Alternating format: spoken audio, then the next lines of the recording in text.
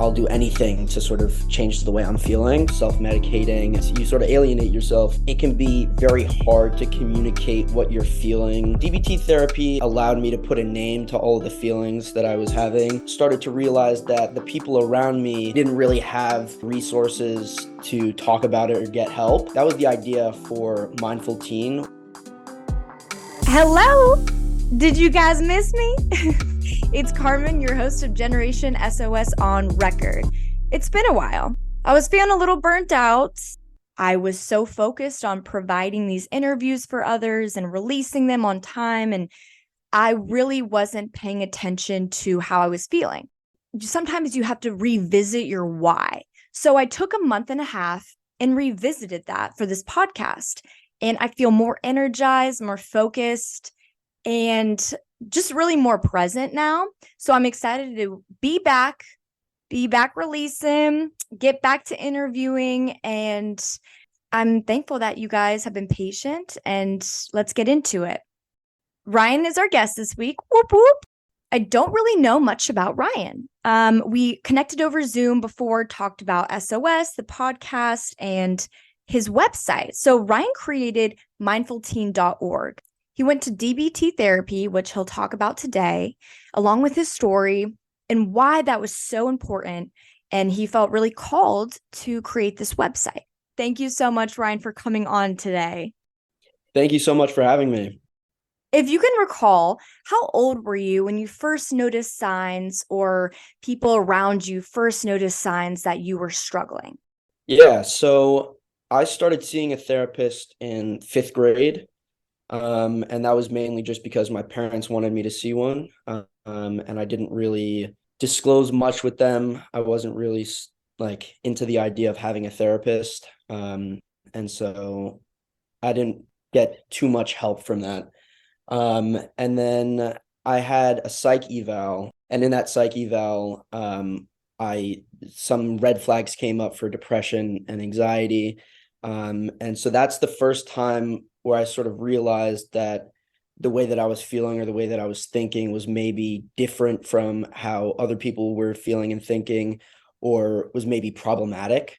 And so then I switched therapists, and I sort of, now that I knew that I had these issues, I was able to sort of talk about it a little bit more openly. And then that therapist recommended me to go to a DBT group therapy. And so the summer of COVID, I did that. And that was really amazing for me because it allowed me to put a name to all of the feelings that I was having. And it equipped me with a bunch of skills to, sort of help me out when I was feeling that way. I sort of started to realize that the people around me, they were dealing with similar things, at least some of them were, but they didn't really have the terminology or resources to talk about it or get help. That was the idea for MindfulTeen, was to just have a place to be able to learn about the way that they're feeling, to be able to put names to the feelings that they're having. And also just like a quick resource to see, what tools they can implement in order to feel better. And you created this in high school? Yeah, so I started creating it in high school. I ended up getting the Columbia Department of Psychology involved, and so they kind of took over and fact checked everything just to make sure that the information was like the most updated, most relevant information. And that's how it is today. What is DBT therapy? So DBT therapy stands for Dialectical Behavioral Therapy, and it's based off of the idea of a dialectic, which is that two opposing ideas can be true at the same time, and reconciling those two can actually lead to a greater truth. I sort of struggled with black and white thinking, or like all or nothing thinking. And so the idea that, I'm doing the best I can, and at the same time, I need to do better, that had never really occurred to me. That sort of addresses the major topic that DBT seeks to solve, I guess, which is finding a balance between acceptance and change. sometimes things are difficult. Do I need to accept that they're difficult and go along with it, or do I need to change it? And so yeah, there's a bunch of different sectors of DBT, and they each deal with specific situations. I did you say it was group therapy? Yeah, it was a 9 month once a week meeting with a bunch of families, and I think it was like 3 or 4 other families and their children. And it was really interesting to see how similar we were feeling, because you tend to have, at least in my experience, this sort of spotlight effect that's like, I'm dealing with this, and like it's different from what everybody else is dealing with, and it sort of alienate yourself with that thinking. And then after that, I am working with a one-on-one therapist. Okay, so did you do the DBT therapy with your family as well? Yeah, well, not my entire family, just my parents. How did that impact your relationship with them? It improved our relationship a lot, just because it can be very hard to communicate what you're feeling to your parents, to other people in general. It made communicating your emotions a lot easier. Going to an all boys school, there's sort of this mentality of like mental health struggles as sort of like weakness. That was also the reason that a lot of my friends, weren't getting help, even though they were struggling, was because they wanted to just deal with it on their own. Which is something that I did for a long time, self-medicating, and taking a bunch of, dangerous routes. I tried, drinking, I tried smoking, I tried some other drugs, I tried self-harm, and it all just was a quick fix in the moment that distracted me from the way I was really feeling. As soon as that distraction went away, the feelings came back just a little bit stronger. And so it just creates this negative cycle of, reinforcing the idea that like every time I'm sad or I feel this way, I need to drink or I need to smoke or I need to do this to feel better. At the same time, you're using these other skills or like these other methods of getting rid of your emotions. You're enforcing that route as opposed to it, which makes it that much harder to then switch to finding a more positive way of dealing with your emotions. From my perspective, like these things were working because they were getting rid of the emotion in the short term. And so I was very resistant to, sort of stop drinking, stop smoking. And I was fortunate enough to have systems put in place that helped me get back to healthier habits. Mhm. But I definitely think that going down that path was necessary to realize how helpful, how useful these skills are. And I'm sure it's a blessing looking back, being like, at least I got out of that. Some Yeah. people don't, and that you had the Yeah. resources, had the support to go through that, but get out of that as well. Are you sober or do you just have a healthier relationship with substances now? It depends. I took a period of like 1.5 to 2 years of total sobriety. And then I sort of reintroduced drinking in social settings. And there was a big emphasis on using them in moderation, and not engaging in problematic drinking behaviors. But I haven't smoked weed in 3 years, and I don't plan on, just because that was my, drug of choice. How would Generation SOS been helpful while you were in DBT therapy or currently in your life?